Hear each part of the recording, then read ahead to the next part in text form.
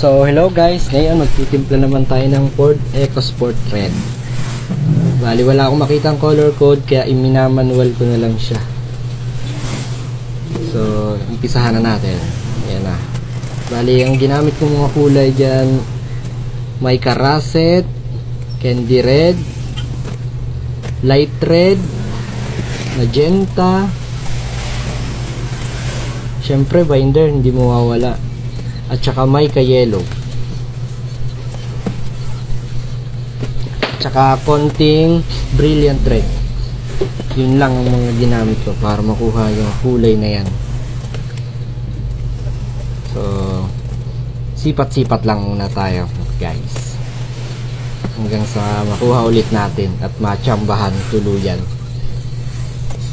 So shoutout pala sa mga nagpatimpla sa akin nito, Gas Speed, kay Kuya Alvin. So ayan na, lapit nang matapos. Ayan. So isang final na silip na lang. Bukod sa semi-finals, may pinakang finals pa tayo guys.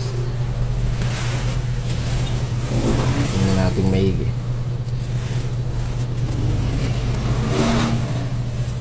Hindi ko na siya dinikit sa tape kasi hindi makikita. Kaya yan na lang. Pahawak lang muna natin sa cameraman.